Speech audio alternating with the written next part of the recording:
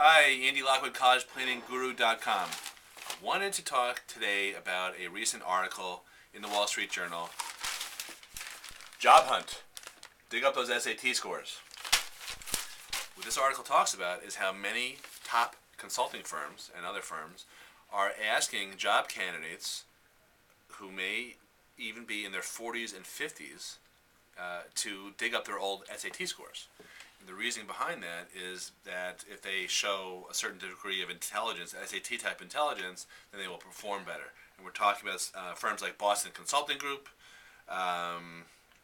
White House PIMS, which I never heard of, but that doesn't mean anything, and a bunch of other name firms.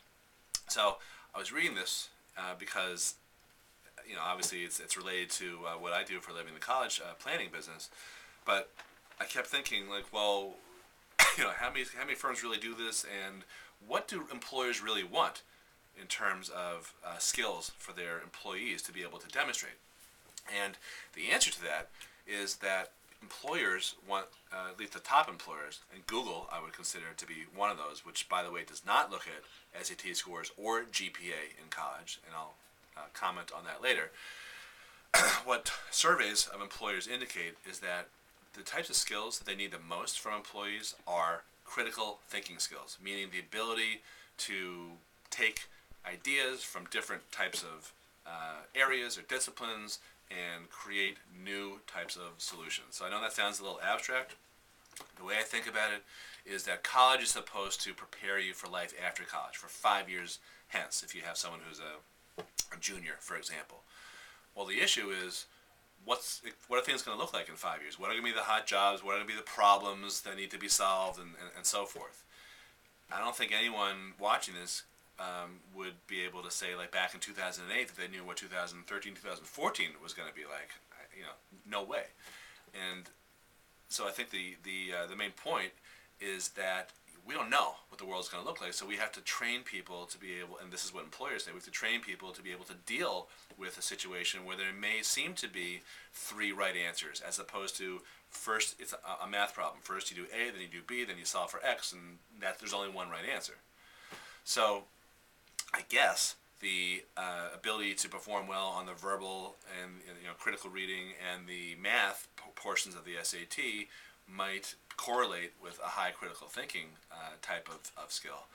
But it's very interesting. So now Google decided that they don't really care about GPA or SAT scores or any of that stuff, so they stopped asking about that type of information.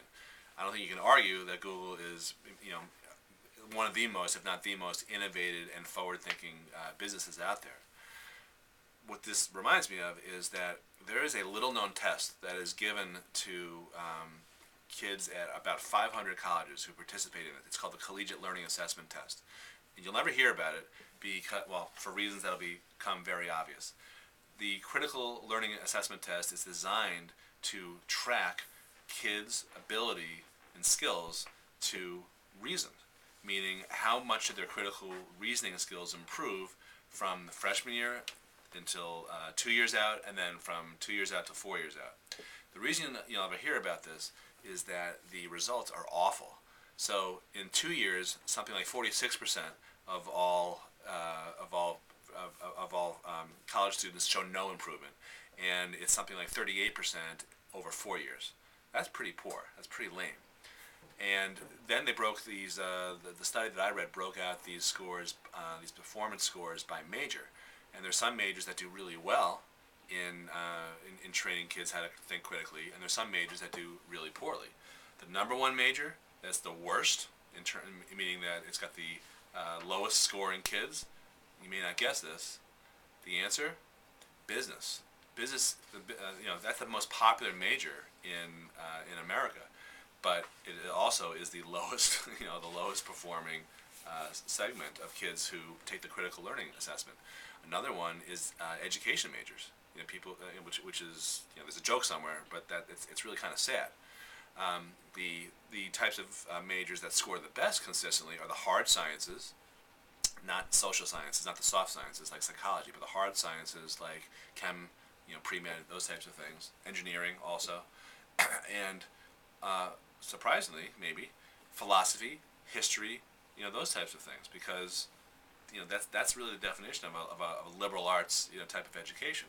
So in many respects, it makes sense to consider a liberal arts education, which is going to give you a grounding in history and philosophy and all these types of things, because you'll come out maybe not with the same technical skills. You may not be able to do the same amount of spreadsheets and regression analyses and all that type of stuff that business majors know how to do, but you might be trained to look back at history and see patterns, and which could help you, recognize what's happening and make sense of the world and deal with ambiguity.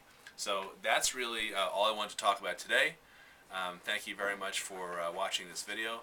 If you want more information, go to my website, collegeplannningguru.com. Thanks a lot. Bye-bye.